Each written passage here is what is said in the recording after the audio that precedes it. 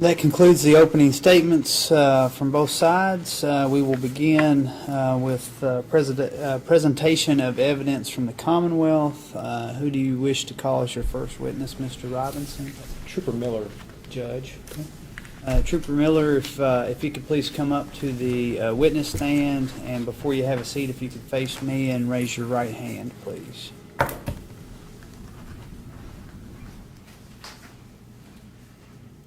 Do you solemnly swear and affirm the testimony you're about to give to be the truth, the whole truth, and nothing but the truth? Okay. Please be seated.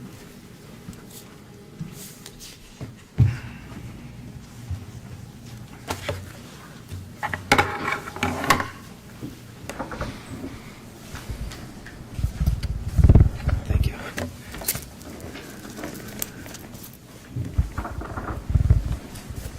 You see Mr. Williams? You see the witness on my way, right?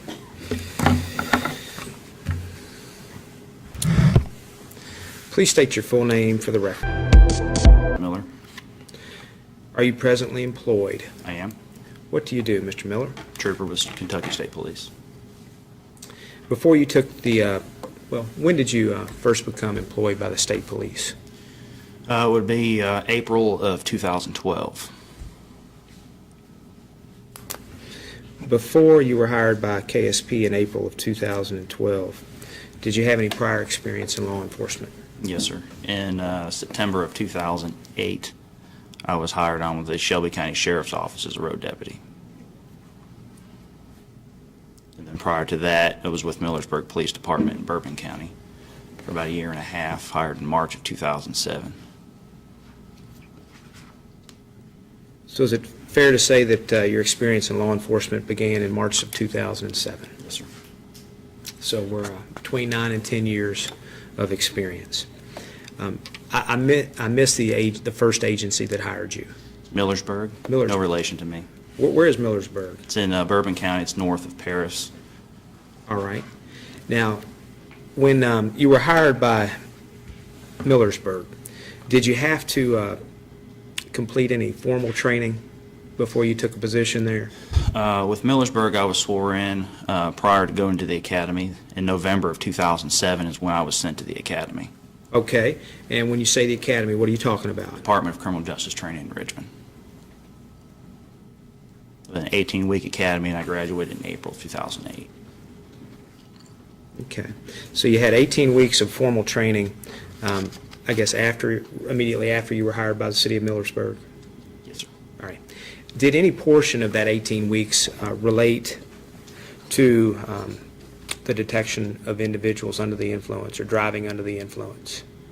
Yes, sir. There was a 40-hour block dedicated to just field sobriety. So for 1 week, you did nothing but study field sobriety? Yes, sir. All right. Can you tell the jurors a little bit about that training? Was it all book work? Was there any clinical training? Just, you don't have to belabor it, but just tell them a little bit about that week. The first part of it was explaining the 3 tests: the horizontal gaze nystagmus, the walk and turn, and the one-leg stand. They explained it. They showed you what it is. The instructor showed you what it is. We saw videos of instructors on video performing these tests. The instructors performed the test, and then in the last part of the week, we actually performed the tests. The Department of Criminal Justice Training actually has people come in that they put them in a contained group, and they give them alcohol of various sorts: male, female, tall, doesn't matter, short.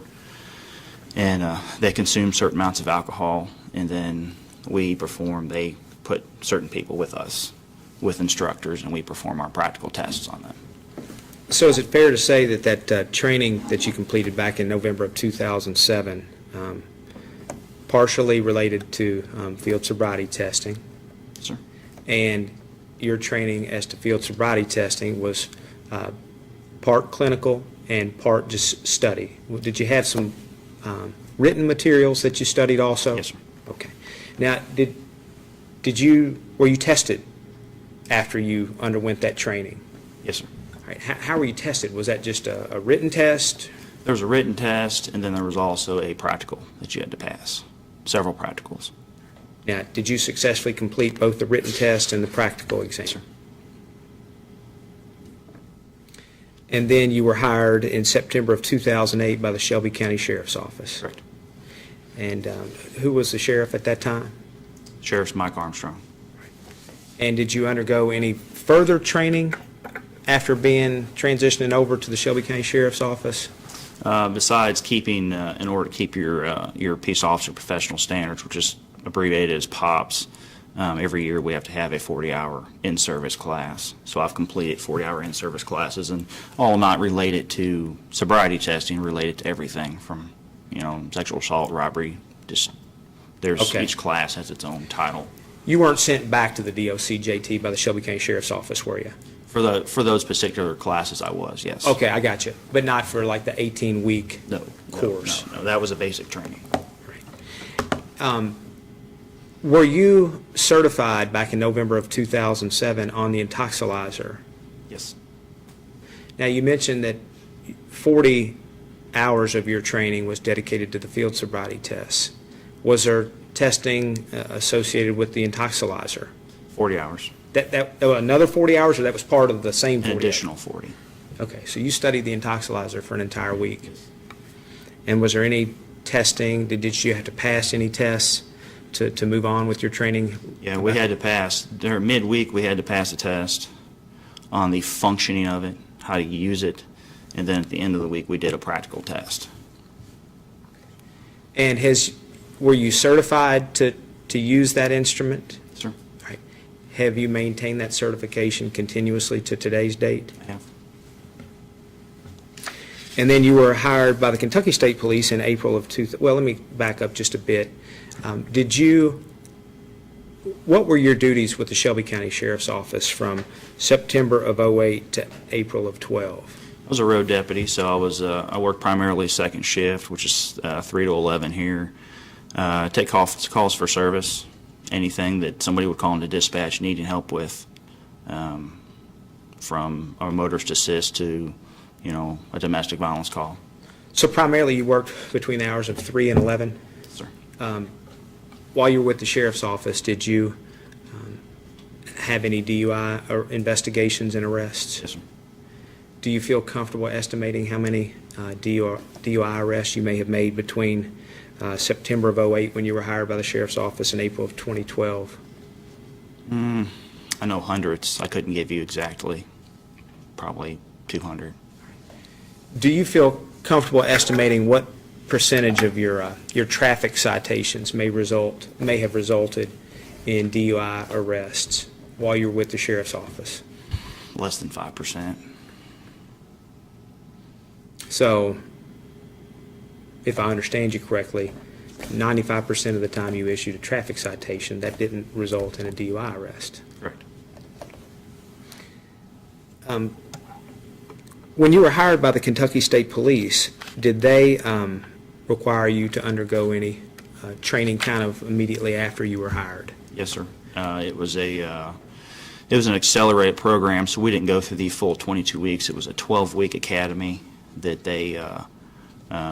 it was more of a refresher, if you will, on how state police operates differently than Department of Criminal Justice training. So a 12-week. Did any portion of that 12 weeks relate to the detection and I guess the handling of DUI investigations and arrests? We had a week that was dedicated to, a week that was dedicated to field sobriety testing. Okay. And in addition to that week of FST training with the KSP, was there any additional training relating to the intoxilizer? There was not. Okay. But you nonetheless have maintained your certification on the intoxilizer. Yes.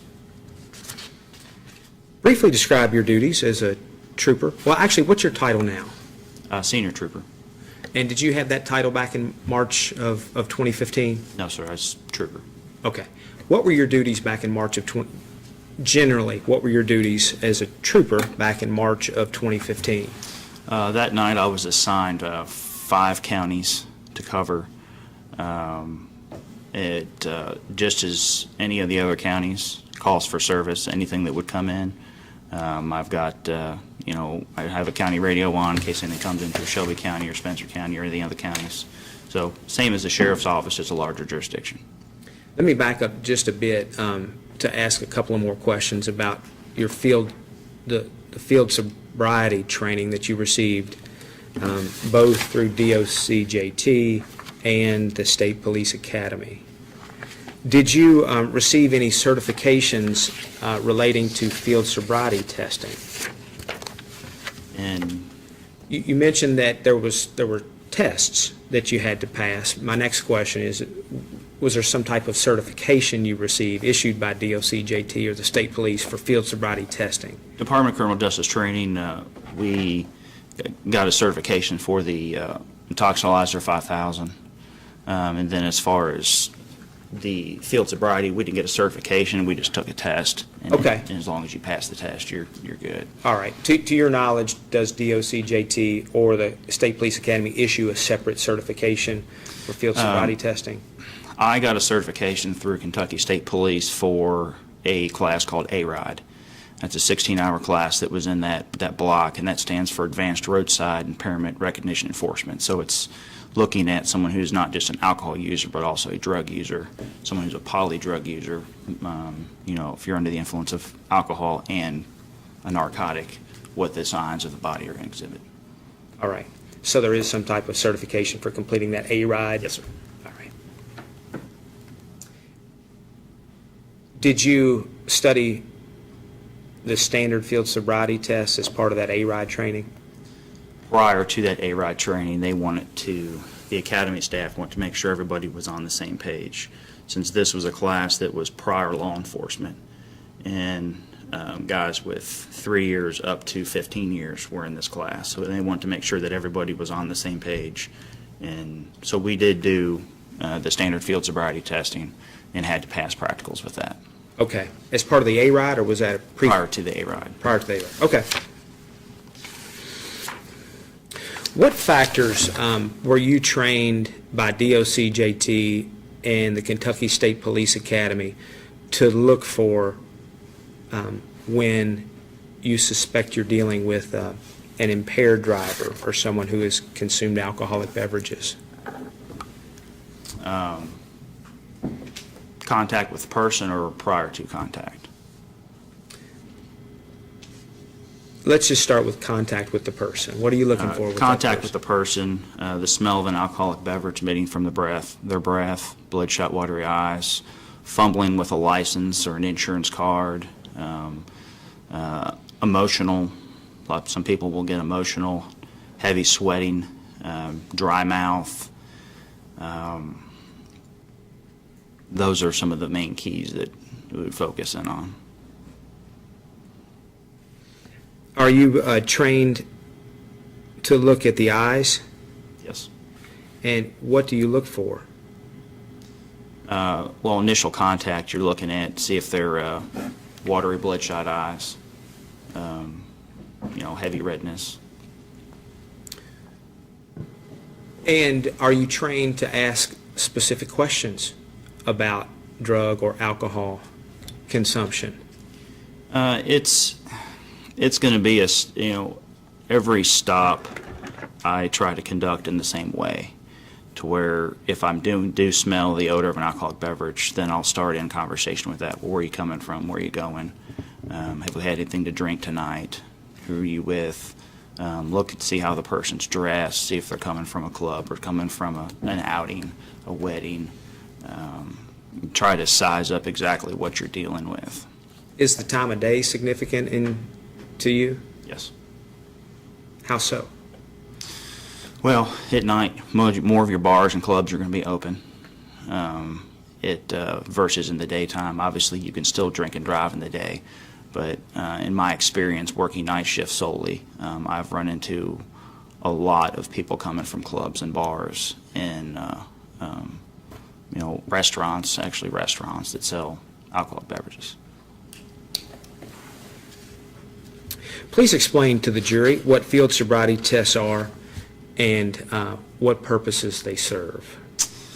Field sobriety tests, at least starting with the three, the the horizontal gaze nystagmus, the walk and turn, and the one-leg stand. They're all divided attention tests. So you're giving somebody a task, and you're trying to divide their attention during that task. And someone who is not impaired or under the influence can perform that test, versus somebody who is under the influence will have difficulty performing that test. Not saying they can't complete the test, but they're going to have difficulty completing the tests. And throughout that test, they're going to show what we call a clues that what we mark.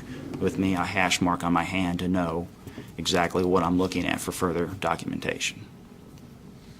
And why do you use these tests? Well, those are the tests that I was trained for. They're tests that were adopted by NHTSA. And what is NHTSA? It's was it National Transportation? I'm not certain what the actual abbreviation is. I think it's NHTSA, Yes. National Highway Traffic Safety Yes. Administration. And are they, do you issue pass-fails on these tests? Rephrase that. Do you, when you're administering the test, I mean, do you grade someone on the test? Do you issue a written score? Not a written score, but I mean, if somebody, I try to give everyone the benefit of the doubt. Based upon the clues that I'm trained to look for, that's what I'm marking hash marks for, to show how many clues are they showing in this test. For example, the horizontal gaze nystagmus, you've 6 clues you're looking for, 3 in each eye, or for the total HGN test. So there's certain clues that you are just trained to look for. All right. Now, what is is there a standard battery of field sobriety tests? There is. Okay. And again, what is that standard battery? The first we abbreviate for HGN, horizontal gaze nystagmus. Second is walk and turn. And the third is the one-leg stand. Okay. And we'll get into those a little more extensively in a few minutes. I want to direct your attention now to your initial contact with the defendant. Did you work in the early morning hours of March 15th of 2015? Yes, sir. Were you in uniform and in a marked patrol car? Yes, sir. All right. Do you recall approximately where you were and what you were doing at around 1:20 a.m.? 1:20 a.m. I was on the right side, the right shoulder of I-64 at about the 29-mile marker. I was blacked out, had my lights off, and I was running stationary radar. That is an area, having worked this county for many years, on Friday nights and Saturday nights, eastbound traffic, I would commonly run into people coming from Louisville, having been drinking, coming from clubs and bars. That is my sole reason for sitting out there, is to get not only people speeding, but also try to prevent collisions and people from driving in the influence. Were you seated in your vehicle, or? And what type of radar instrumentation do you have in that vehicle? I've got a state-issued, it's what's called a Stalker DSR-2X. It's one of the more advanced radar units on the market. It is what's called a dual-band radar system, so I can run the front radar and the rear radar independently of each other. And it also has a fastest, slowest feature. For example, prior to issuing somebody a traffic citation, you need to visibly tell that vehicle is traveling faster than another vehicle. That's when you admit your radar and get a reading on the screen. Was this the first radar instrument that you'd used in your career? No. Approximately how many other radar units did you have? One other radar unit. It was made by MPH. It was with the sheriff's office. Okay. And how do these two units compare? I mean, did you feel more confident with one or the other? I feel more confident with the Stalker unit because it is a Ka band versus a K band. It sends the frequency a lot faster, at over 350,000 feet per second, gets the speed and brings it back to your screen. I use tuning forks on it before every shift. Those are certified tuning forks, and it's got internal calibration. I mean, I'm very confident with it. Okay. And I'm guessing one of the advantages to the dual radar is that you don't have to get out of your vehicle to turn the other way to like shoot the radar? Yeah, so I mean, if you're, for example, if you're on I-64 and you have east and westbound traffic, I can sit on the right shoulder and run rear same direction traffic coming behind me, and then the opposite direction coming at me with the front, so front opposite direction at the same time because it has split screen. Do you remember what traffic was like that evening? There wasn't any. What's that? There wasn't? Very light, very light. There were hardly any cars on the road. Right. Did you hear or observe anything at about 1:20 a.m. that led you to believe that a traffic offense was committed? I observed a lone vehicle in the interstate, left lane, far left lane. It's a 3-lane interstate, so it's, anyone that's familiar with Shelby County, west of city limits interstate, it's 3 lanes, it's wide, it's got a wide median and a wide right shoulder. So I'm sitting on the right shoulder. I observed a vehicle traveling at visibly high rate of speed, transmitted radar, and it brought the signal back to my radar screen of 85 miles an hour. It was the lone vehicle on the road. There was no other vehicle in sight. All right. Now, the vehicle that you're talking about, did you ultimately stop that vehicle? Yes, sir. Did you ultimately learn what type of vehicle that was? Yes, sir. And what type of vehicle was it? It was a newer vehicle. It was a 2013 beige Chevy Tahoe. How do you know, well, before, how do you know that the radar instrumentation gave you an accurate reading? What assurances can you provide the jurors that that reading was accurate? Well, I mean, it's, besides using my tuning forks, which are certified prior to shift, after I use the tuning forks, the radar has its own internal self-check. It doesn't calibrate itself. It's got its own self-check. And commonly, while running radar, moving radar, I'll look at my speedometer, which is also a certified speedometer. I'll look and see if my vehicle and also, say, my GPS are all reading the same speed. And it's always the same. It's never changed variances. Since this particular instrument was issued to you, have you experienced any problems with it that required any maintenance? No, sir. To your knowledge, to the best of your knowledge, was it functioning properly around 1:20 a.m. on March 15th of 2015? Yes, sir. What were the weather, lighting, and road conditions that morning, if you remember? The weather was, I couldn't tell you what the weather, I know it wasn't raining. It's comfortable outside. No lighting in that portion of the interstate. Okay. Any precipitation? No. Any snow on the ground? All right. What was the posted speed limit? 70, And what was the radar reading? 85. And did you obtain a visual estimation of speed as well, or did you just rely solely on the radar? I always obtain a visual estimation, and having run radar for many years, it's very easy for me to distinguish vehicle speed. I'm not saying right on, but in the practical test, we have to be within 5 miles an hour, visibly looking at a vehicle, and I can tell a vehicle was traveling at a high rate of speed. Isn't that hard when there's no other traffic around, though? Doesn't that complicate it? No. I mean, it's kind of hard sitting here to explain unless you go out and actually How many show times you. have you done it? How many times have you visually estimated the speed of a vehicle in your life? Oh, I couldn't tell you. Thousands? Easily, yes, sir.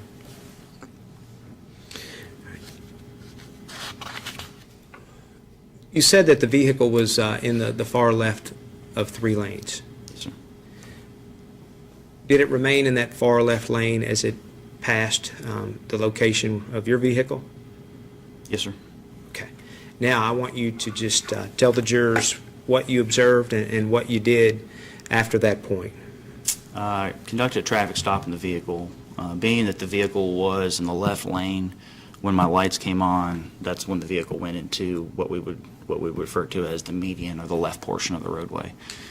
This portion of the roadway is a newer section of the interstate, and it has a large median wall to prevent median crossover. Made contact with the operator. It's the sole person in the vehicle. There's nobody else in the vehicle. Where did the vehicles come to a stop? Where were they located in relation to the lanes of travel? On the far left side.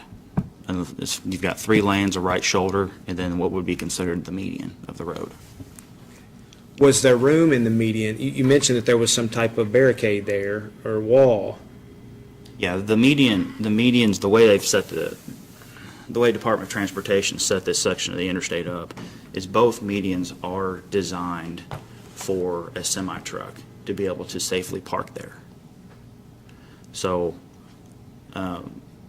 there was plenty of room for a Tahoe and a Dodge Charger there to fit in there safely. So my understanding is the vehicles stopped to the left of the far left lane. Is that accurate? Correct. Okay, because most of the traffic stops that I've personally witnessed have been over in the right shoulder. Most people would merge to the far right shoulder, but this instance, she stopped in the median there. Okay. So you didn't direct her to pull off to that side of the highway? Yes, sir. Did you initiate your emergency lights before she stopped? Yes, sir. All right, and I interrupted. Keep going, sorry. Made contact with the sole operator of the vehicle, female operator, and talking to her, see where she was coming from, where she was going. I could smell the odor of an alcoholic beverage emitting from the vehicle. Till she had bloodshot, watery eyes. Said she was coming from Bardstown Road, which I know that's, having worked this area, I know that's a common area at night where there's bars, and said she was drinking at Bardstown Road. Did you all have any conversation while she was still seated in the vehicle, or was all of the conversation? Tell me how much conversation took place while she was still seated in the vehicle, if you remember. That was the conversation that was seated. I asked her where she was coming from. She said Bardstown Road. Asked her what she was doing there. She was out drinking. I can't recall if she said she was with friends or not. She got her license, took her license.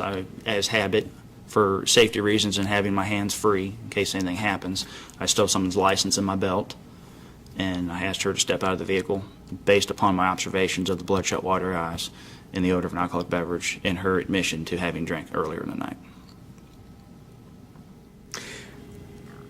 Did she say what she had consumed? I don't recall. Fair enough. Is that generally questions that you would ask? It is. Because everything has its own alcohol percentage, and that does play a factor. Okay. You just don't remember I don't. what her this response case, I do not, was. sir, no. Fair enough.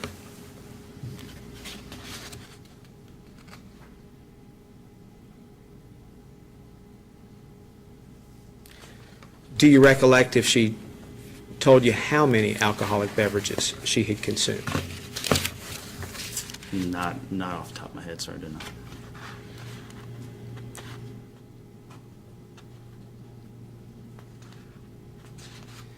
Approximately how close were you to the side of the Tahoe when, I'm assuming she rolled the window down and did not open the door initially? Correct.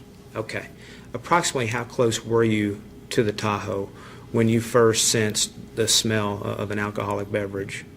I was right at the driver's side door frame when I could smell. When she put her window down, I could smell an odor coming out of alcoholic beverage. So when I initially made contact with her and started asking her where she was coming from, where she was going to, it's habit for me in all of my stops that if I'm smelling that, I suspect somebody has been drinking, I'll ask them for registration and their insurance and their license, which I do in all stops. But when I do that, they're going to look away and grab something. So they're getting the document that I'm asking for. While they do that, I'll stick my head in your car and take a huge sniff to see if it's exactly what I'm smelling, if it's outside or if it's coming from your vehicle, coming from you. And that's exactly what I did in this instance. So, I tried to stick my head in the car as best I could and smell, and it confirmed that I'm smelling alcoholic beverage coming from the vehicle. And she hadn't denied drinking alcoholic beverages? No.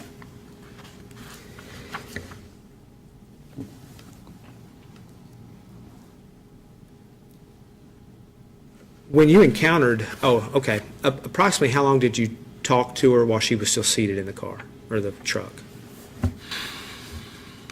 Less than a minute. And then what happened? I asked her to step out of the vehicle. We stepped out of the vehicle, went to the rear of the vehicle, shut her car door, and that's when we proceeded with field sobriety testing. Did she appear to be physically injured in any way to you? No. Did she inform you that she was suffering from any type of injury at this time? No. Did she inform you at any point that she was on any sort of medication or that she was under a doctor's care for any reason? No. Now, I want to focus on the field sobriety tests. Why did you feel the need to administer field sobriety tests? Because that's a tool that I was trained to use. The standard field sobriety test is through 2 academies. It's what I know. It's what I've been trained. It's what I've used for years. And based on training experience, it works. Now, are field sobriety tests in themselves what you use to make a decision whether someone's impaired? Everything comes together as a package. So from your initial observations of the vehicle to your observations and conversations with somebody, how are they acting? Are they fumbling with their license? They have slurred speech, bloodshot, watery eyes, to getting them out of the vehicle if they're using the vehicle for support, having trouble walking, and then so it all, to answer your question, everything is together as a package. After the field sobriety, then you make a decision on whether to arrest or not. Okay. About how many times have you administered field sobriety tests in the field? Hundreds.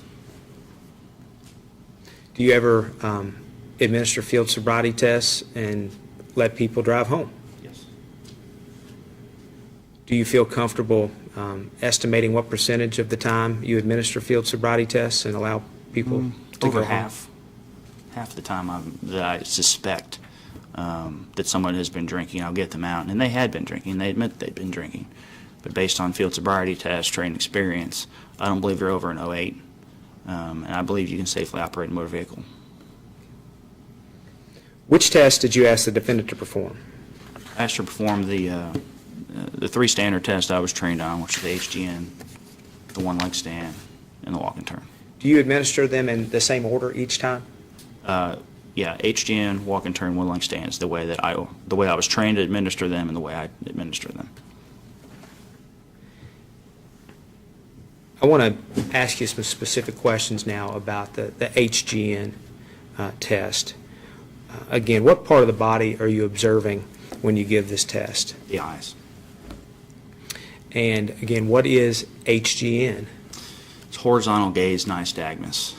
It's one of many kinds of nystagmus, but we are trained to typically look at the eyes horizontally. So the eyes left and right is what you're looking at.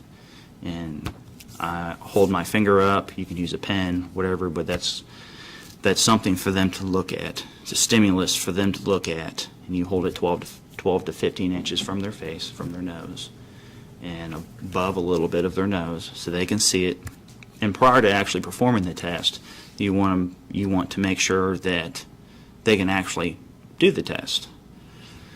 I ask them if they have eyeglasses, ask them to remove their eyeglasses. If they, I'll ask them, do you have any medical issues with your eyes? Glaucoma, anything that would prevent you from looking at me and following my finger? And I get a response from them in that. In this instance, there was not.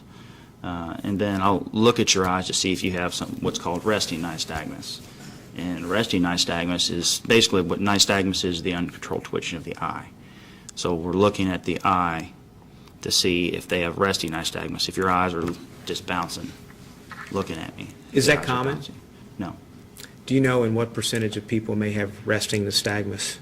Your Honor, I don't believe this witness is qualified to answer that question. If it was addressed in his training, that should have been my first question. I'm sorry, may I If ask? you want to reorganize Yes, your sir. questions, we can do it that way. During your training, was there any discussion as to what portion of the general population may have a resting nystagmus? Very little. Very little training, or Very little, very few amount of people have resting nystagmus. is there I think you've already addressed this, but is there a standard way in which HGN should be administered and is administered by you? Yes, sir. And did you administer the HGN to Ms. Wood in accordance with your standard operating procedure Yes, sir. and the way you had been trained? Yes, sir. All right. Did you ask her before you administered if she understood what you wanted her to do? Yes, sir. Did she indicate she understood? Yes, sir. Did the defendant have any difficulty following directions? No. Now, I would like to ask you about the clues you're taught to look for. What is the first clue of the HGN test? First part of the test is what's called lack of smooth pursuit. So in doing that, I'm moving my finger to the left and right of your face, and it's as you're moving your finger, it's a gradual pace as you're moving your finger. And basically what you're looking for is you're watching the eyes to see if they can track your finger. Are they tracking your finger smoothly, or are they tracking your finger where they're bouncing? Their eyes are trying to catch your finger, and you can see the eyes physically bouncing as you're going back and forth. So that's what we're looking for in lack of smooth pursuit. When you administered this part of the test, or observed this part of the test with Ms. Wood, what did you observe? Observe both her eyes. We're having problems. She did show lack of smooth pursuit in both eyes, going left and right. All right. What is the second clue that you're looking for on the HGN? Distinct and sustained nystagmus. So basically, I'm holding my finger. It's the same thing, but now I'm holding my finger all the way out to where you can see just a little bit of the white of the eye. So your eyes are flexed all the way over as far as you can see. And what you're looking for while the eyes rest there, and you hold it 4 to 6 seconds, back and forth. But you're looking for the eyes, the nystagmus in the eyes, to start bouncing. And that's different from lack of smooth pursuit. Correct. The lack of Because- smooth pursuit is what you're looking for before the eye gets to the maximum flex point. Yes, sir. Yes, sir. All right. And when you observed that particular part of the test with Ms. Wood, what did you observe? She showed both eyes. She showed nystagmus in both eyes at maximum deviation. And what is the final part of the test? Final part of the test is onset prior to 45 degrees, and it's holding my finger in the center of your face from the start position. As you move either to the left or right, and you're slowly moving the finger, and you're watching their eyes till the eyes start to twitch. When the eye starts to twitch, you hold that position 4 to 6 seconds and watch to see the nystagmus in the eyes, and if they show nystagmus in the eyes prior to. And what did you observe during this portion of the administration on Ms. Wood? With her, I went almost all the way out to maximum, prior to maximum deviation. I didn't see any nystagmus. Okay. And what did your observations of the defendant's performance on this test indicate to you? Based on just this portion, is that she was under the influence of alcohol, or she is under the influence of alcohol.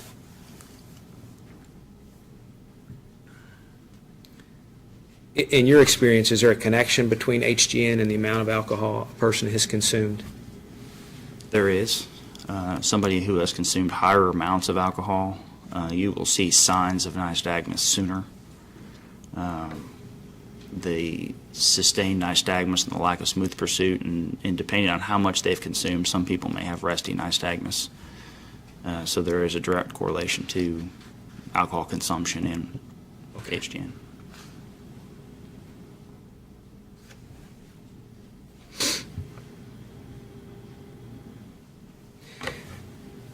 Are the clues or your observations during the administration of this test indicative of the presence of alcohol in Ms. Wood's body?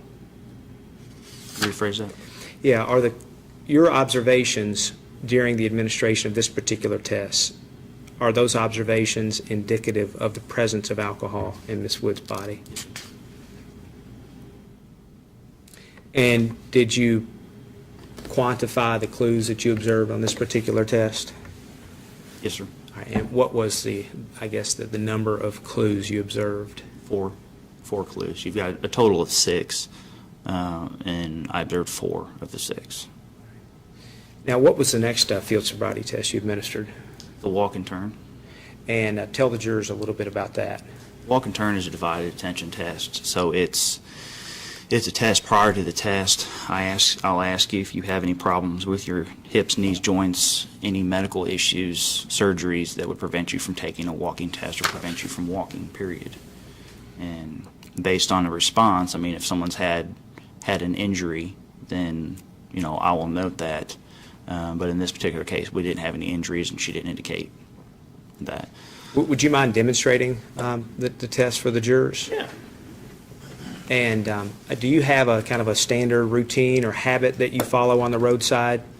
I do. If a line is available, I like to use a line, and most of the time, in a safe manner, if I suspect that I will be doing field sobriety, I will move my car. I'll have them stay where they are. I'll move my car and block a lane, so that way I can safely do field sobriety on roadside. This instance, we're on I-64, and nothing is safe on I-64, so that's why I didn't do it in this particular instance. But if we have a line, I like to use a line. And I don't want you to truncate it or shorten it just because we're in court here today. I want you to just, if you have a standard routine, just demonstrate that for the jurors. So what I tell you to do while you're facing me, I tell you to put your left foot on the line, put your right foot in front of that foot. I instruct you to stay like that, don't move until I'm done with my instructions. You understand? Yes or no? If they don't understand, I'll repeat myself as many times as it takes for them to understand. With your right foot in front of your left, you're going to take 9 heel-toe steps. You're going to turn around, you're going to take 9 heel-toe steps back. So what you're going to do with your 9 steps, you're going to take 9 steps. 1, 2, 3, on so to 9. When you get to your 9th step, you're going to look like this. Right foot in front of your left. Use your right foot to do a series of small turns. And you're going to do 9 steps back. 1, 2, 3, 4, 5, 6, 7, 8, 9. On so to 9. Now, did you instruct Ms. Wood this way as you have just demonstrated? All right, you're welcome to return to the seat. Did the defendant indicate that she understood your instructions? She did. And prior to instruction, I make sure that they keep their arms at their side, they look at their feet, and they count their steps out loud, and do not stop. Did she attempt this test? She did. All right, and please describe the defendant's actions and your observations as you have observed them. Her first 9 steps, she was heel to toe. I didn't see any clues.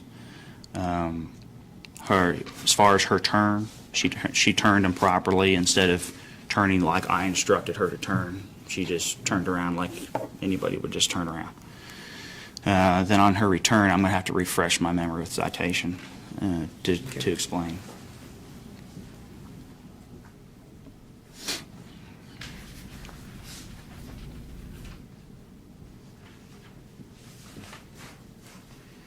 Sir.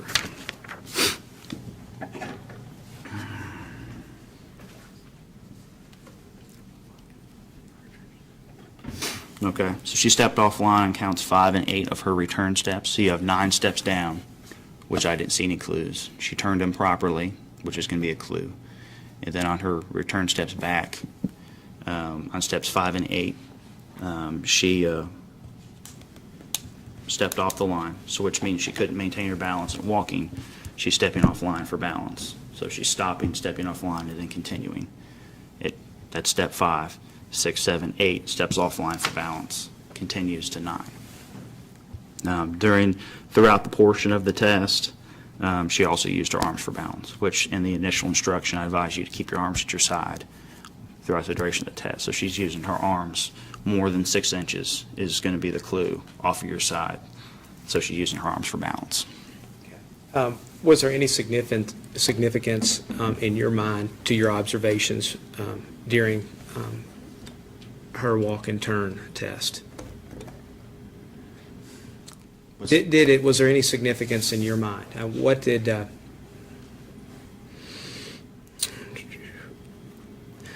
What was the significance of the defendant's clues that you observed in your mind, if anything? I mean, I guess, what did you gather from the administration of this particular test? That just, same as with the HGN, this is just showing that she, at least on her return steps, she didn't follow the instruction of keeping her arms at her side.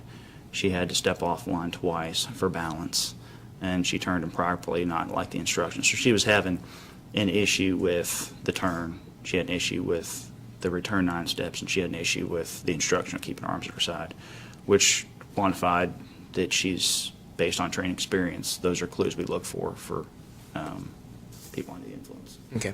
Was that a significant number of clues in your mind? We're trained to look for more than 2. There's 8 clues that we look for in this. We're trained to look for, at least in this, you're looking for a minimum of 2. And what was the total number of clues that you observed? Those 8? Based on what I'm seeing here, she had 3 clues before she stepped off. She turned improperly, which is 1 clue. She stepped off line in 5 and 8. That's 1 clue. And then she used her arms for balance. That's 1 clue. So she had 3 of the 8. And what was the last field sobriety test that you administered? The 1-leg stand. All right. And again, would you mind demonstrating that to the jurors, just as you would at the roadside? Well, before we do that, I don't want to assume that you have a standard kind of procedure that you follow on the roadside, but I'm going to ask that question. Do you have kind of a standard regimen that you follow for this test? Okay. Would you mind demonstrating that standard regimen? I'll ask you to put your feet together. Arms to your side. And you can face whatever direction that you want to face. And you can use whatever foot that you want to use. Either foot doesn't matter. But the instruction of the test is, with your arms at your side, I need you to look at the foot that you decide. Take that foot, point your toe out, keep your foot about 6 inches off the ground. While looking at your foot, I need you to count out loud: 1001, 1002, 1003, 1004, and so on, to instruct you to stop. That's all you're doing. If you're looking at your foot, you're counting your arms at your side. Do you understand? And we'll get a yes or no, and if they say no, I'll explain as many times as it takes for them to understand. Once they bring, and as I'm giving instruction, I turn my stopwatch on, and we're looking for 30 seconds. Based on training, we look for 30 seconds. So once that foot comes off the ground, I start my stopwatch. I'm watching them, but also watching my stopwatch to make sure that we don't go past 30 seconds. After 30 seconds, they're done. Thank you. And you can return to the chair. Can you please tell the jurors what you observed when you administered? Well, did she take the 1-leg stand? She did. All right. And what did you observe? Of the 4 clues, which we looked for 2, she showed 1. She used her arms for balance. Fair enough.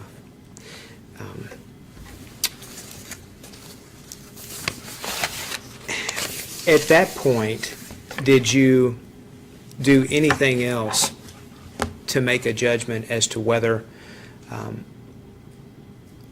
her condition warranted taking her into custody? No, sir. So what was your determination as to whether her condition warranted taking her into custody? Based on my initial observations of her, her admissions to drinking, and then me, doing the field sobriety test, which coincides with what she said of her drinking. The reliability of my training experience, that's why I placed her under arrest for DUI. Okay. What other options did you have? At that point in time? Yes, sir. She was going to Lexington from Louisville. I didn't have any. Yeah, I mean, you could take her home, but that's not. We don't do that. I get in trouble for that. Did you feel that you could have allowed her to just get back in her Tahoe and drive home? No, not at all. And how long, what did you do? How did you take her into custody? How does that work? Well, after the last test, I advised her, said based on training experience, I'm placing arrest for DUI. You should turn around and put your hands behind your back. Once I said that and put handcuffs on her, she became very emotional and crying. And it placed her in my car, called on the radio that I had arrested one female and need a wrecker for her vehicle. And so we sat and waited for the wrecker. Once the wrecker showed up, took her vehicle, and her vehicle secured, I transported her by policy. Since she's a female, I have to call out my miles. So I called out my mileage beginning at the jail, ending, and then took her into the jail for toxicology. Do you remember any dialogue between the roadside and the detention center? I do not. I do not, sir. Fair enough.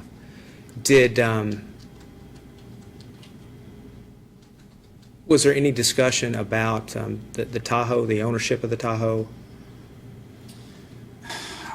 I remember something briefly about she had just graduated, possibly, and that was a present. She's not the registered owner of it.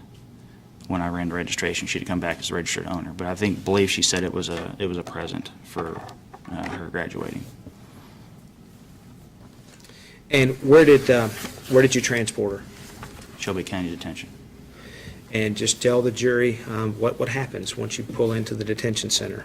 Pull in the detention center, call out my miles, advise the detention center that I have one female at the main gate for them to let me in, so they know to send a female deputy or male, depending on who it is, what sex of person you have, to search them. With this particular instance, I brought her into jail. Immediately we go to the left in the jail where the intoxilizer room is. And the intoxilizer, to bring it out of standby mode, there's a big green button on the front. Push that to bring the intoxilizer out of standby mode. And I take an intoxilizer slip. On the bottom of the slip, you write observation began at, and you wait for the intoxilizer to produce a time. Okay. Let me ask you just a couple of preliminary questions before we jump into the intoxilizer. Did you administer any additional tests at the detention center, such as the field sobriety test? Do you redo the field sobriety testing at the detention center? I don't know. Okay. And you made reference to an intoxilizer slip or card. I'm not sure what word you You could call it either. It's a three-page, you could say it's a card. 3 pages, and when the intoxilizer prints on it, it prints through the same thing to all 3 pages. Do you have one of the 3 original copies on your person today? Yes, I do. Okay. May I see that? Yes, I have it on the table over here, underneath my hat.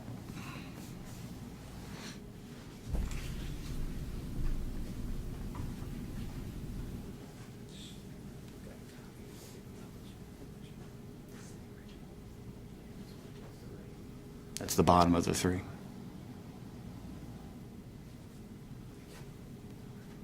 And I'm going to mark this as Commonwealth's Exhibit 1, if I may. Thank you. No objection, Judge. So entered.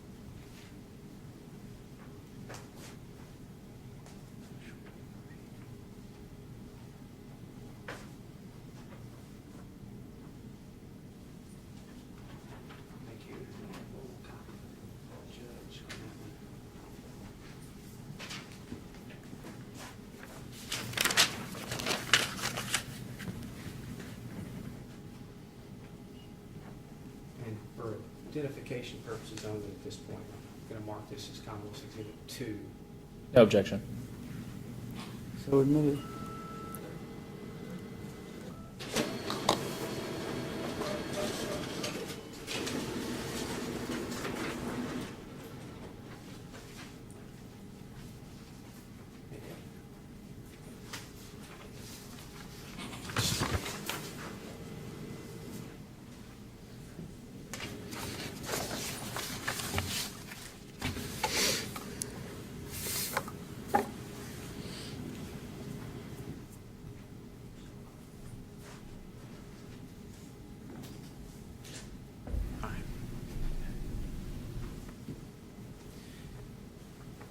Have you, by chance, brought a copy of an intoxilizer certification? I did. Okay. Do you have that on your person?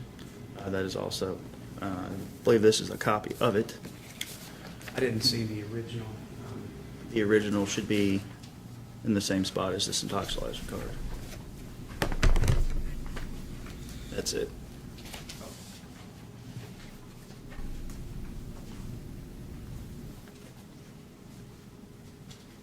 You want to hold on to this original, though, don't you? It's, you know, I've got to do, it should be expiring in October, so I've got to redo, so I mean, you can have it. I'll hold on. I'll use this as my copy. For purposes of today's trial, Your Honor, I have no objection if the Commonwealth wants to admit a copy of the original. Thank you. Okay. You can mark that as Commonwealth's Exhibit 3, please.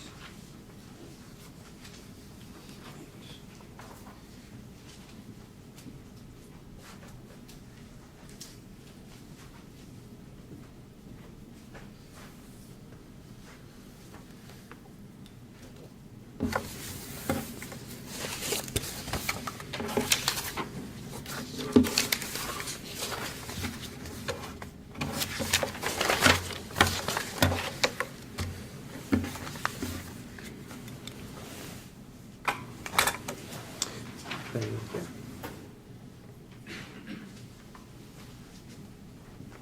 We have probably gone in reverse order here, but you mentioned the intoxilizer print card first, so I marked it for identification purposes as Commonwealth's Exhibit 1, but I'm probably going to talk about that last. If you don't mind, please take a look at Commonwealth's Exhibit 3 and familiarize yourself with that. Can you tell me what that is? That is a certification to operate the Toxilizer 5000 EN through Department of Criminal Justice Training. Okay, and what is the date of that certification?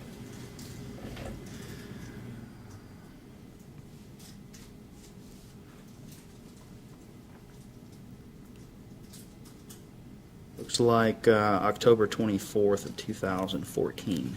All right, and I'd ask that that be admitted now as Commonwealth's Exhibit number 3. Any No objection? So admitted. Can you tell me what that is? What's it for? This is just to show that I have recertified the intoxilizer training that we receive. The 40-hour training expires.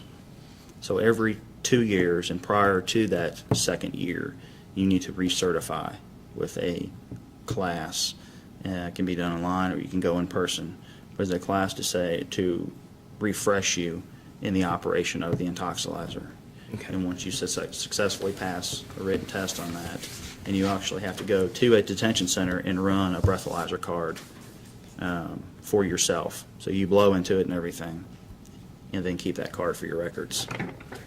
After you transported the defendant to the detention center, did you attempt to obtain a sample of her breath in order to determine the concentration of alcohol in her breath? Before you asked her to submit a sample of her breath, did you read an implied consent warning notice to her? Yes, sir. And do you have a copy of the implied consent warnings that you would have notified her of on March 15th of 2015? Yes, sir.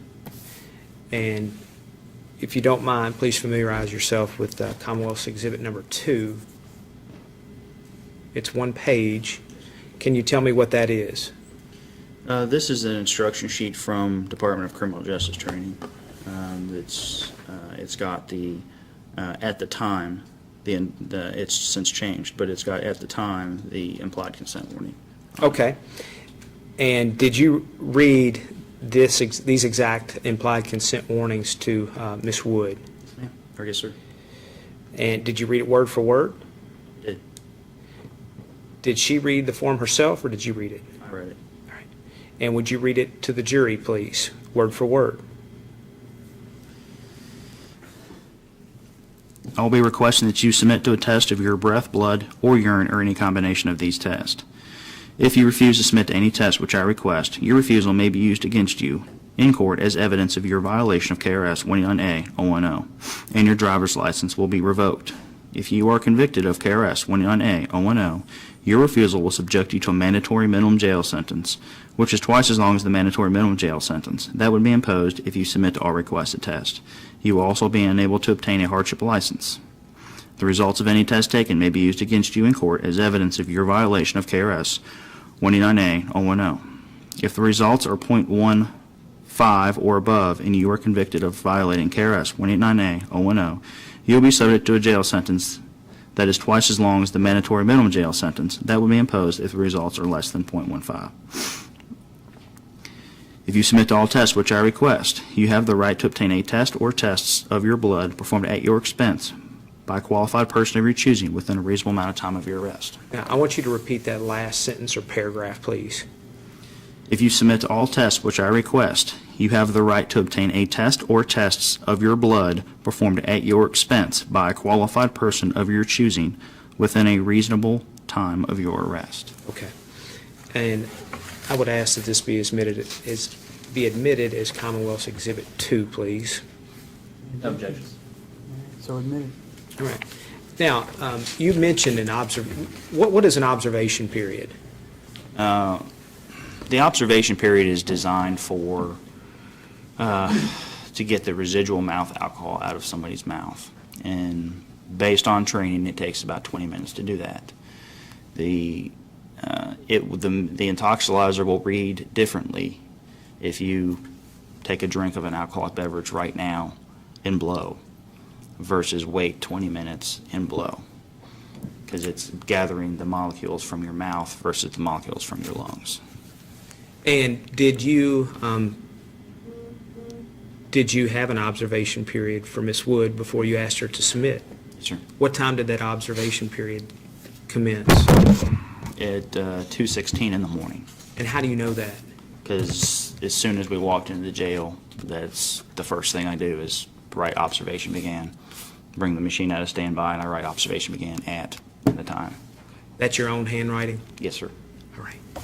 And do you, can you tell if that's a true and accurate copy of the Intoxilizer print card that was generated by the Intoxilizer 5000 EN at the detention center after Ms. Wood submitted a breath sample? It is. And how can you confirm that? I keep all of the originals of the Intoxilizers, from the certification on the 8000 now to the 5000s. I keep every single original. The top two copies go to the courts, and I keep these for my records. Okay. Well, we know that you keep them, but how can you tell that that is the test card printed in association with Ms. Wood's sample? I mean, I know it is. I mean, you can see where the other two pages were off. It's got my own handwriting on it. It's got her name, my name, her license number, the date, the time. Fair enough. I'd ask to admit that as Commonwealth's Exhibit number 1, I believe. No objection. So admitted. Now, did you offer Ms. Wood an opportunity to contact an attorney? I did. Right. Was that part of the implied consent warnings? Yes. Did she elect to contact an attorney? I don't recall. I don't recall if she did or not. Fair enough. How did you intend to obtain a sample of Ms. Wood's breath? By utilizing the Intoxilizer 5000 yen.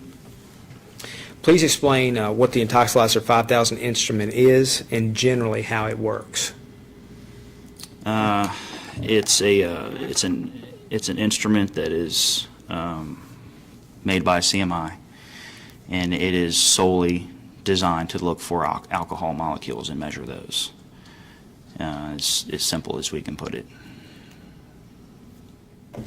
Can you tell the jury what serial number of instrument was used that evening?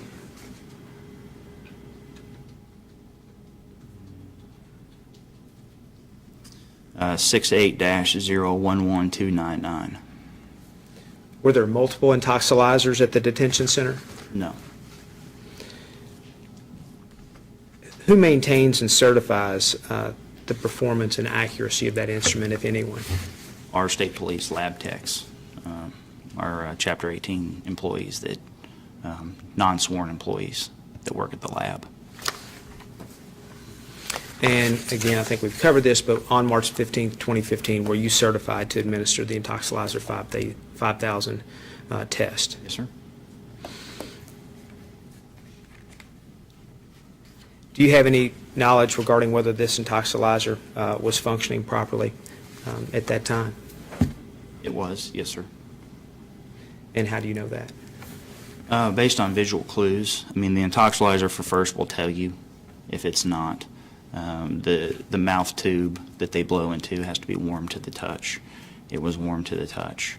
The external alcohol simulator has a little paddle wheel in it. The paddle wheel is moving.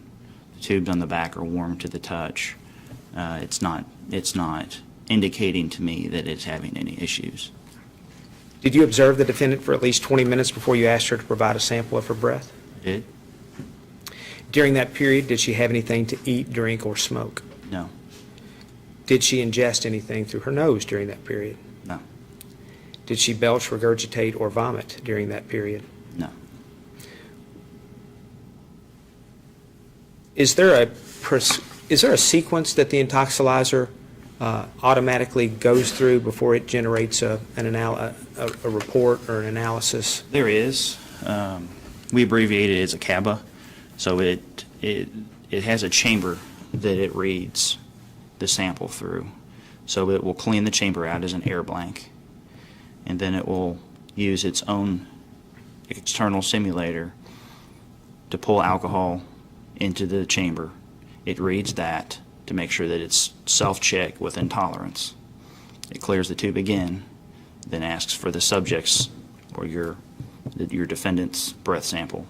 It gives you a reading on that, and then it clears the tube again. So it's, by the time you're done, it will have cleared the tube 3 times.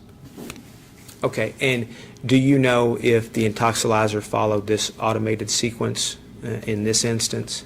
I do. How do you know that? On the card it reads air blank, calibration check, air blank, subject test, air blank. And so the first air blank, it read 000. The calibration. And what does that mean? It's not reading any alcohol molecules within the chamber. The calibration check is 0.077. In order for, based on our training, it needs to be within 0.005 above an 08 or below an 08. So you have an 075 or an 085, it needs to be in between. In this particular instance, it's 077, so it's within tolerance. Another air blank, 3 zeros, and then her breath sample, 0.100. And then, I'm sorry, go ahead. and then another air blank to clear out her sample. Okay. Now, at what time did the instrument test itself with the simulator solution? 0237 in the morning. And at what time did she submit a breath sample and it test her breath sample? 0237 in the morning. So within the same minute, is that correct? Yes, sir. Okay. So my understanding is that within the same minute, did you say 237? 237. It started the air blank at 236, and then it ended the last air blank at 237. So it all happened within a minute, yes, sir. Okay. And you mentioned the result was a point, her result was a point what? 100. Of what? What are the units of measurement there? Per 210 milliliters of breath is what it uses. So it's 0.100 is what it's reading.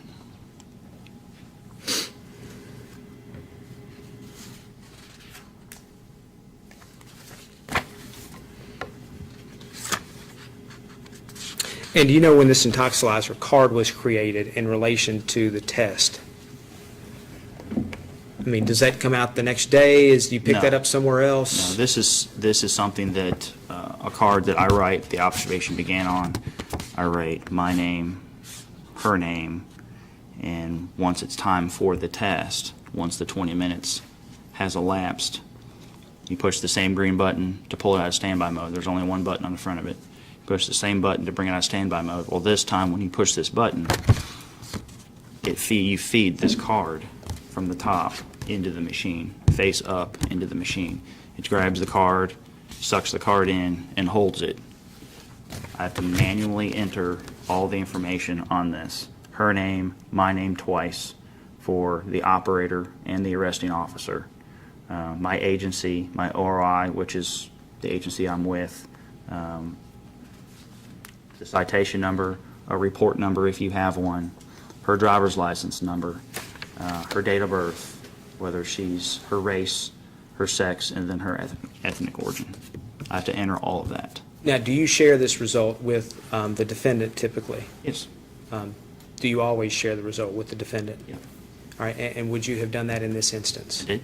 And how do you make the defendant aware of the test result?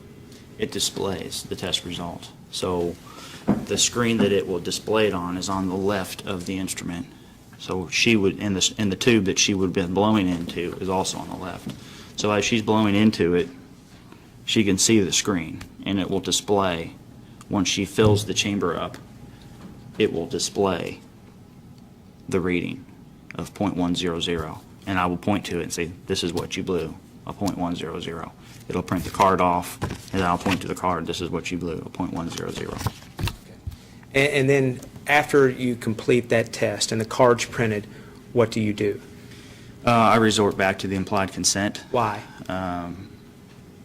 You have, because there's more to it. Okay, please tell the jurors what it says. After she successfully submits to my requested tests, I ask her, based upon the information which was previously read to you, right here, since you have submitted to all requested tests, you now have the right to have a test or tests of your blood performed at your own expense by a physician, registered nurse, phlebotomist, medical technician, or medical technologist of your choosing within a reasonable amount of time of your arrest. Do you want such a test? And did she accept your offer No. to obtain an independent test? No. And you're positive that you would have read that final portion of the implied consent? Yes, sir. Yeah, I would have. Do you remember anything else about your interaction with the defendant after the test was completed? I do not. I do not. Besides her being extremely upset, that's, as far as any interaction with her, I don't. No, sir. And what was, if you remember, what was your state of mind when you saw the test result? I wasn't surprised. I mean, based on my training experience and what I saw in my field sobriety tests, it coincided. That's all the questions I have at this time. Thank you, Mr. I Ramos. believe all three of those exhibits were admitted, were they not? Yes, they were. Mr. Foreman?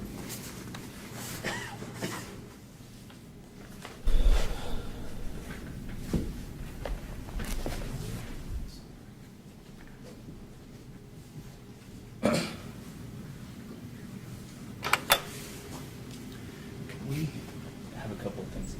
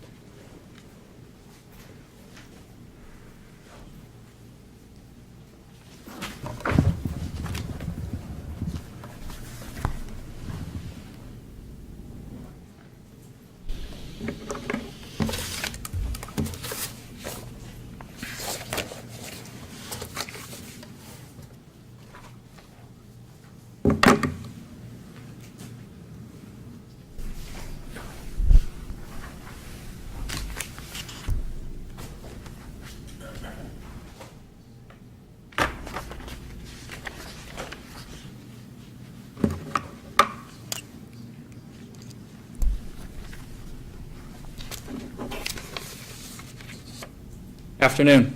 Sure.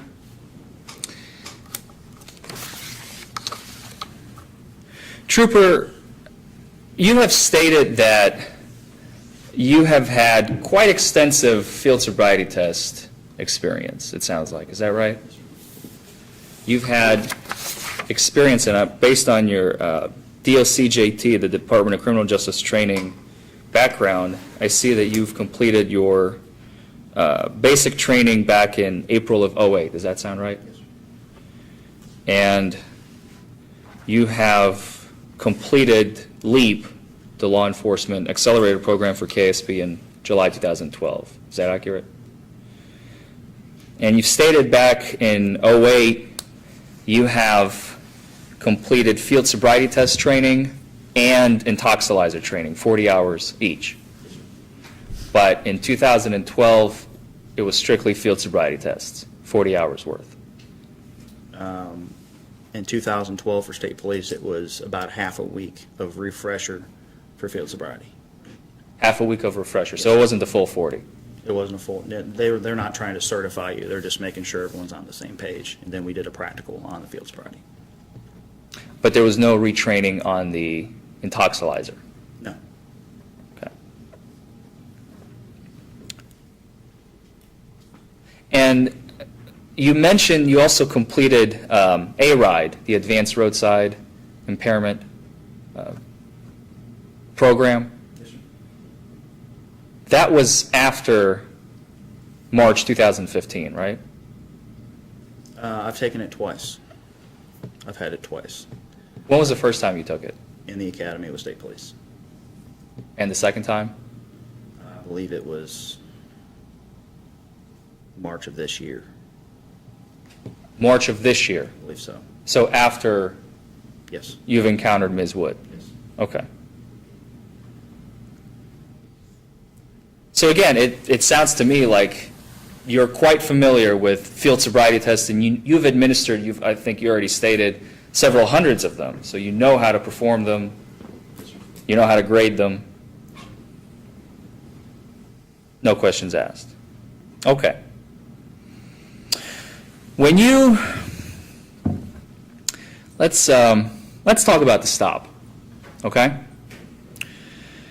When you pulled over Ms. Wood and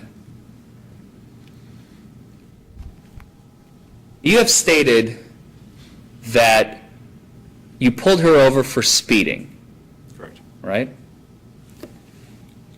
In your extensive field sobriety test training, they described to you a series of traffic infractions that are more or less likely to be related to a DUI arrest. Yes. There are about 24 of them, I believe. Correct me if I'm wrong. I'd have to refresh, but that sounds about right. And some of them are weaving, Yes. swerving, Yes, sir. making jerking motions with the vehicle, changing lanes unexpectedly without showing a turn signal, Yes, sir. not signaling, Could be. none of which you've seen here. No. And speeding is not one of those 24 clues either, is it? No. After you've stopped Ms. Wood, you've stated that you smelled alcohol coming from the vehicle. Am I correct? An odor of an alcoholic beverage, yes, sir. Odor of an alcoholic beverage coming from the vehicle, Yes. not from her person. Correct.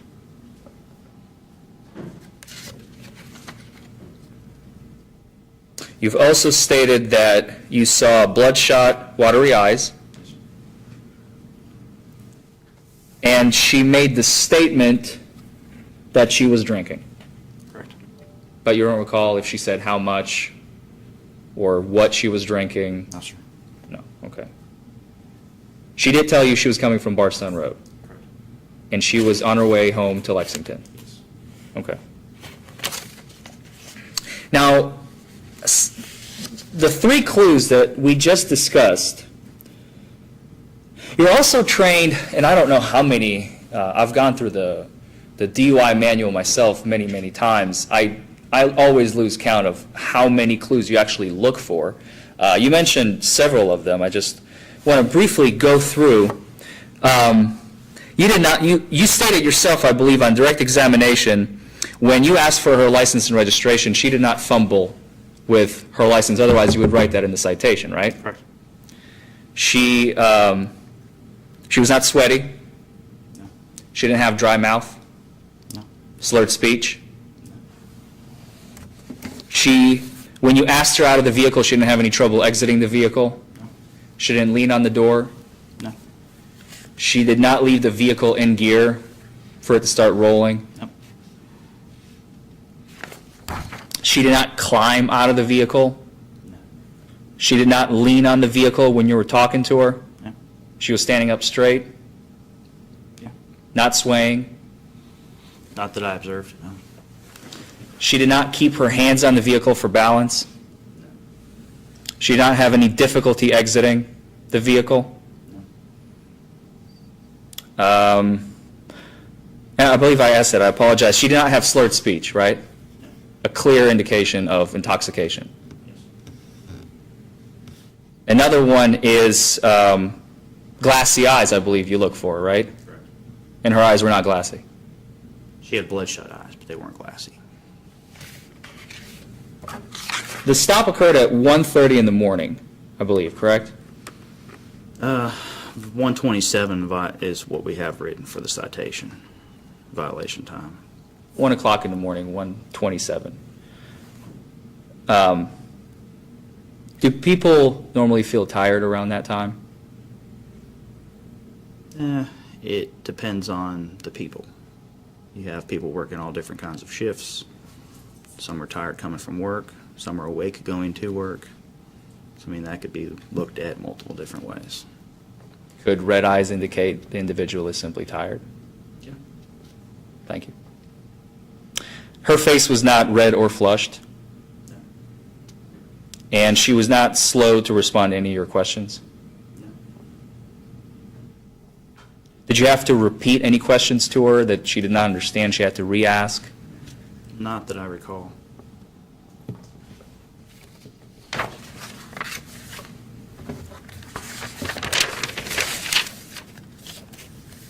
You also mentioned one, she did not have any trouble walking, which is another very, very strong indicator of intoxication for individuals. Is that right? Correct. She didn't have any trouble with it. No. Okay. I'd like to talk about the field sobriety tests that you have conducted in this case.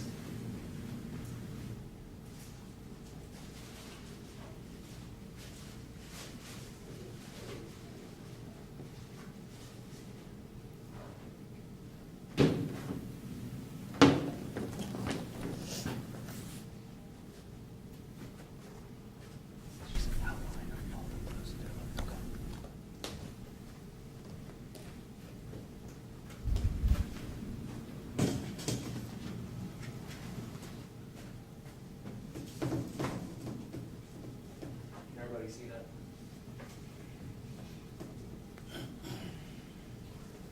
Officer, can you see this? Little bit. It may be best to put it in that entryway right as you come in through the bar. That way that I think everybody would be.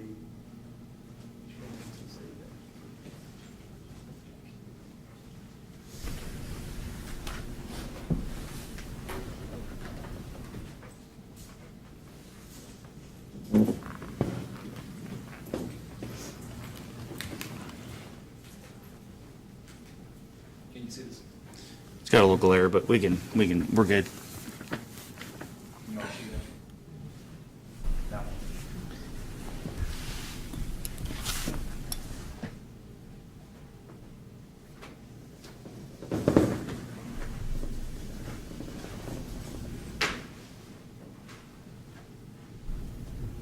take your word for what it Is said. that right? I don't know, I can't read it. I don't know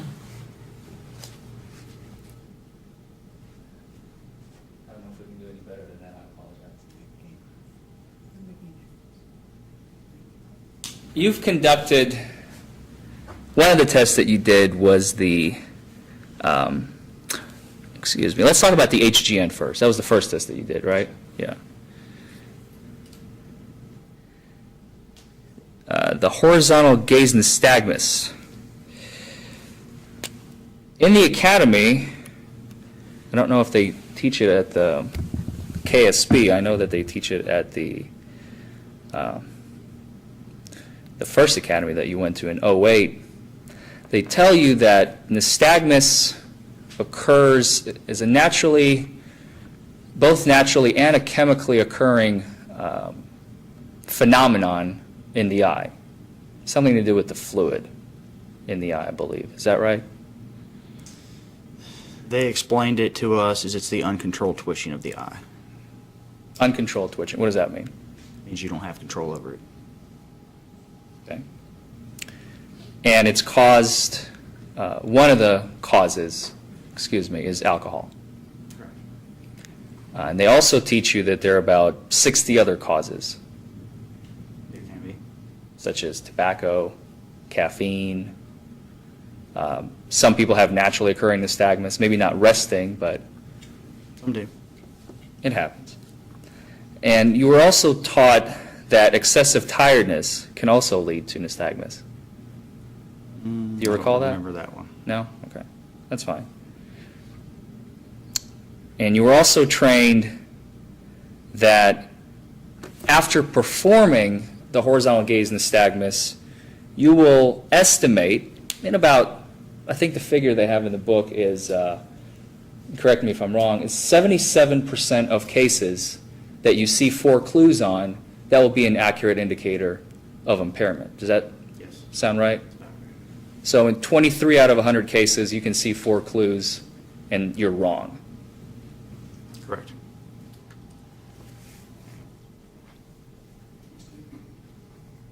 Let's talk about the walk and turn.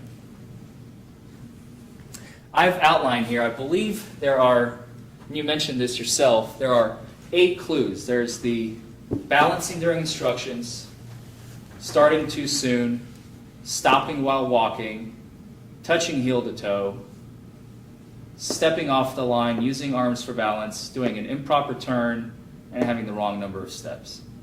Did I miss anything? That's it.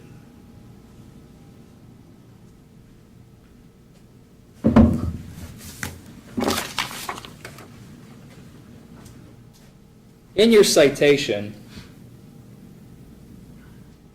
you wrote that on the walk and turn, the subject turned improperly. Is that right? Turn improperly. Where is that? Here we go. We'll give her a 0. She failed that, right? Showed a clue. Yes, sir. Showed a clue. Oh, excuse me. Showed a clue.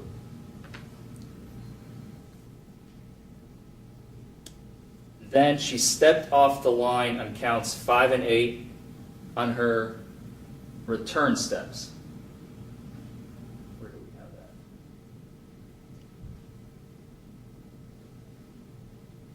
So she got 9 steps fine one way, but then she got only 7 right coming the other way. Correct.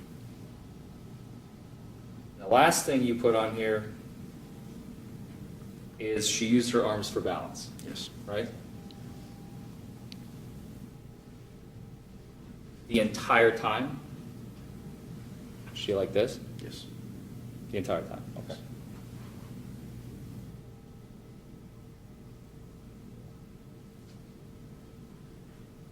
So, everything else she did correctly, according to your citation and your observations that night. Correct.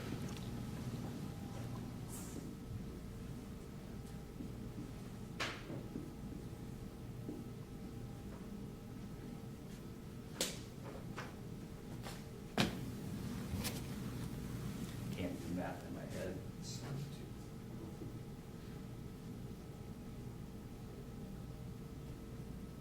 why I went to law school.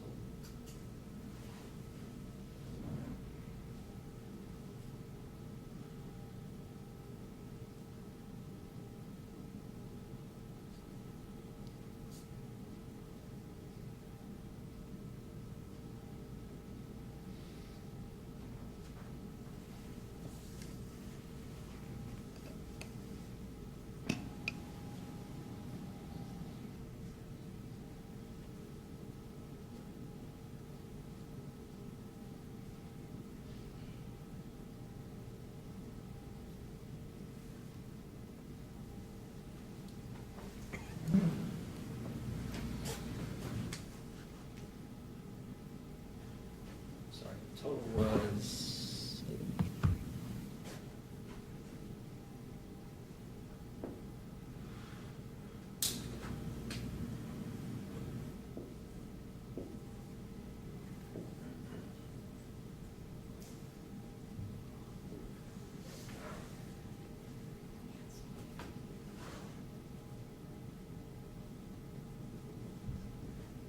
Didn't too well on that one. 77%. What is that? A C plus? I think it's a C plus. Assuming she was walking like that the whole time, right? Correct. That's what you observed. Correct.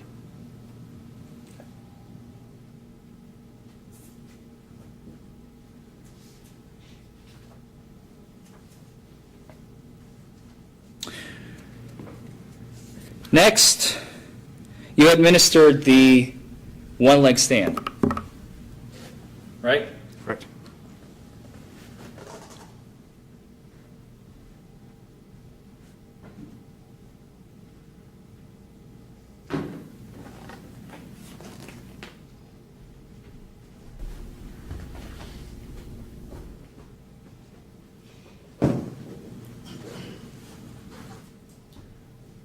Now, on that, you're looking for, I know for certain you're looking for 4 clues. I added on here, and feel free to tell me if this is not a clue that you're looking for, but I believe the individual has to count out loud while they're holding their foot up in the air, right? It's not a clue. It's not a clue. It's not. So if they're starting to count 1, 3, 72, that's not a clue. Per training, it's not a clue. It's a clue for showing a possible influence, but it's not a clue we were trained to look for. But it's something that you would look for, Yes. right? Following officer's instructions, swaying, using arms for balance, not hopping, and keeping the foot off the ground. Yes. Those are the things you're looking for. Those 4. And the only thing that you mentioned was that she used her arms for balance. Correct. Everything else, flawless. Correct. The whole time? Yes.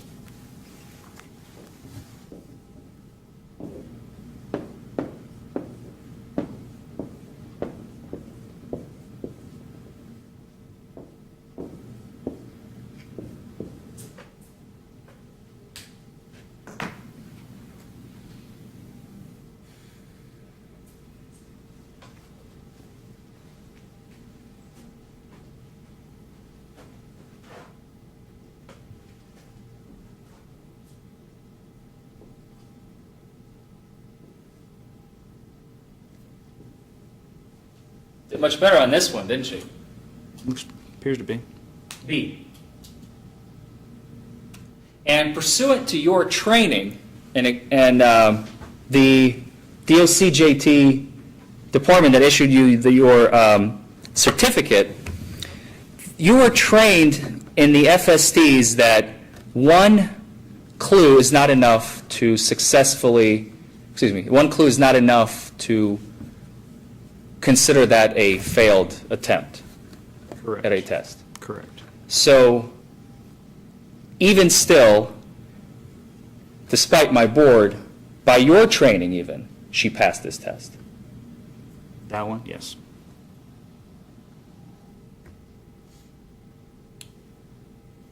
And let me just also back up for a second.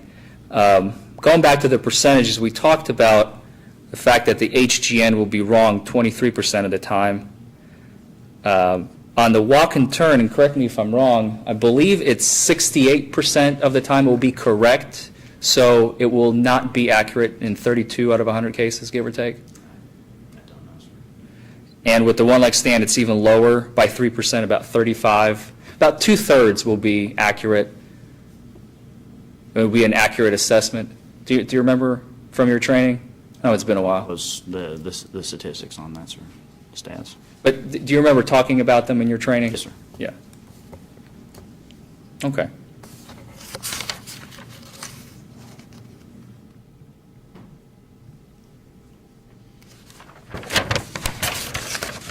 You said that you are certified to operate the intoxilizer.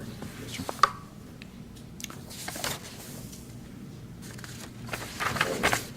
When you were in training on the intoxilizer,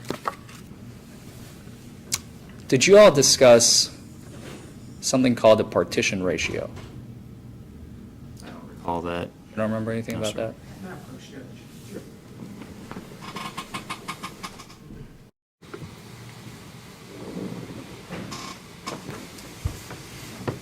Judge, under Kentucky law, the partition ratio has no relevance. And the reason is, under Kentucky law, the definitions section, KRS 189A.010, it's right at the beginning of the statute, it specifically defines the alcohol concentration under breath or by blood. Kentucky law does not require any conversion of the breath alcohol rating to a blood alcohol concentration. That's what the partition ratio deals with. The partition ratio, it comes from Henry's law.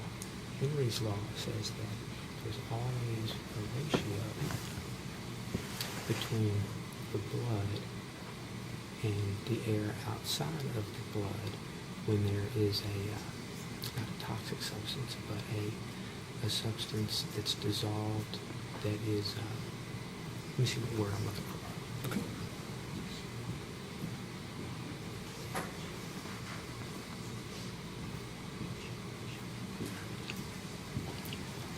A volatile substance. When there's a volatile substance in the blood, Henry's law says that there is a proportion between the alcohol concentration or volatile substance in the blood and the air outside the blood. But Kentucky law doesn't force us to convert a breath alcohol rating to guess indirectly what the blood alcohol concentration is.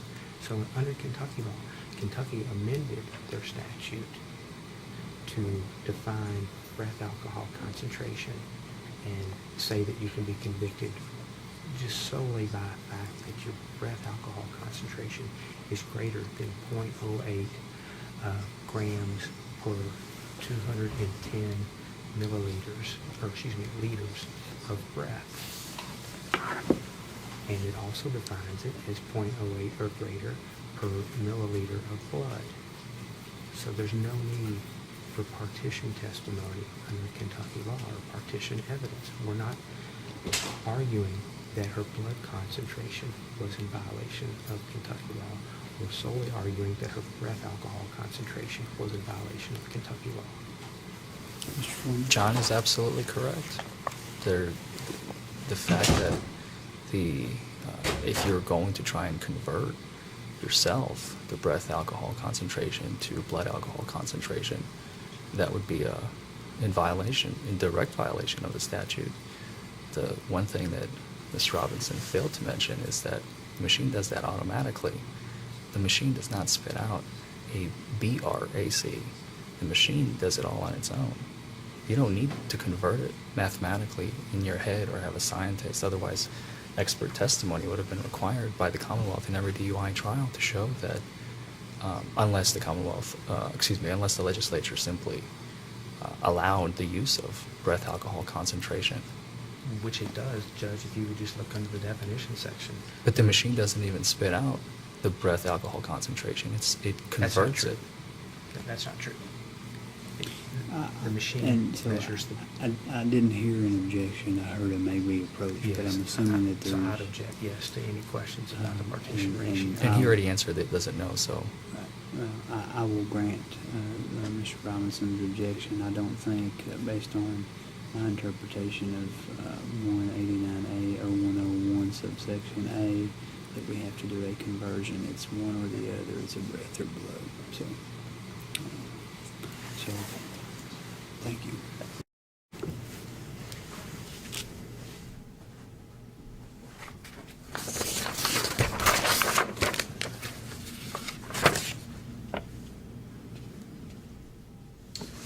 Trooper, back when we discussed all the things that Ms. Wood did right on the side of the road, do you remember? Yes, sir. Once again, the only things that you saw that she did incorrectly were the improper turn, stepping off the line in counts 5 and 8, using arms for balance on the walk and turn. Yes? Yes, sir. And on the one-leg stand, using arms for balance, Yes, sir. including 4 clues on the HGN. Correct.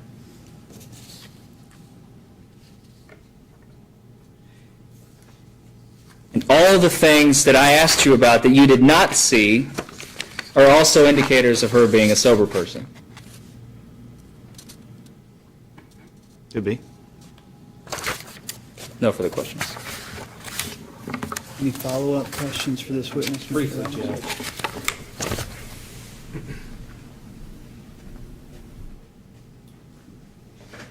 Trooper, is this how you score field sobriety testing? No. Okay. On the HGN test, how many clues is it that you look for? 6. Is that how many you've been trained to look for? Yes. How many clues did you observe when you administered the test on Miss Wood? 4. Okay. So if you get 2 out of 6 right, would that be a passing grade? No. We're looking for, what would not be a passing grade would be 4. So in this particular instance, you're looking for 4. Okay. And on the walk and turn test, how many particular clues are you looking for? 8. You're not looking for, hold on, where was the other board?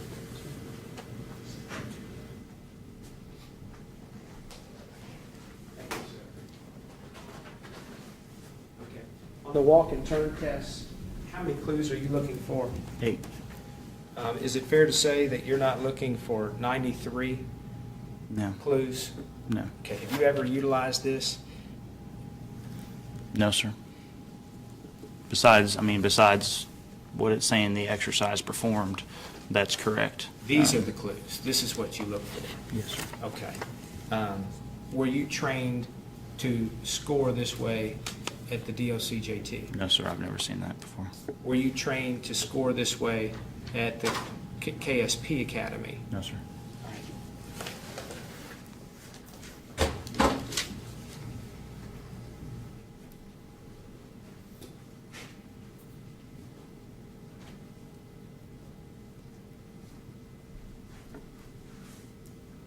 Trooper, you've probably had a couple of cases in your career that you remember because someone was particularly under the influence. Is that fair to say? Yes, sir.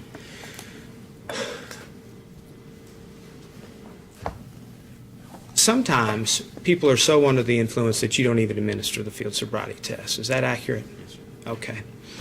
Have you ever administered a test where someone would have failed all 93 steps on the walk and turn? No. Have you administered tests? How many clues were you looking for again on the walk and turn? Walk and turn 8. Okay. Have you ever had someone fail all or manifest all 8 clues on the walk and turn? Yes. Okay. Would that person have failed all 93 steps that Mr. Foreman has brought up? If you'd like to look at it again. In that model, yes. Okay. So you've had people that haven't been able to make a single step right? Correct.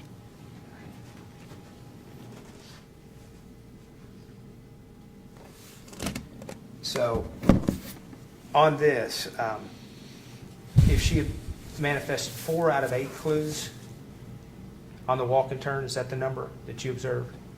On this particular run, we've got 3. 3 out of 8? 3 out of 8. Okay.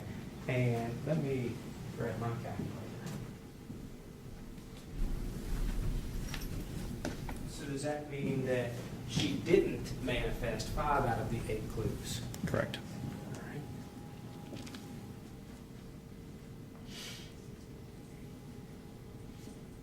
And by my calculations, 5 divided by 8 is 62%. So she would have passed 62% of the clues based on the way you've been trained to score this test. Correct. And she would have failed 38% of the test as you've been trained to administer it. Correct. Right. And as to the HGN, one more time, how many of those clues did she pass out of 6? I saw 4 of the 6. So she would have passed successfully, not shown 2 of the 6 clues that you were looking for, correct? And that's 1/3, correct? So does that mean that she did not manifest 33% of the clues that you were looking for? Yes. And she did manifest 66% of the clues that you were looking for? Yes. No further questions.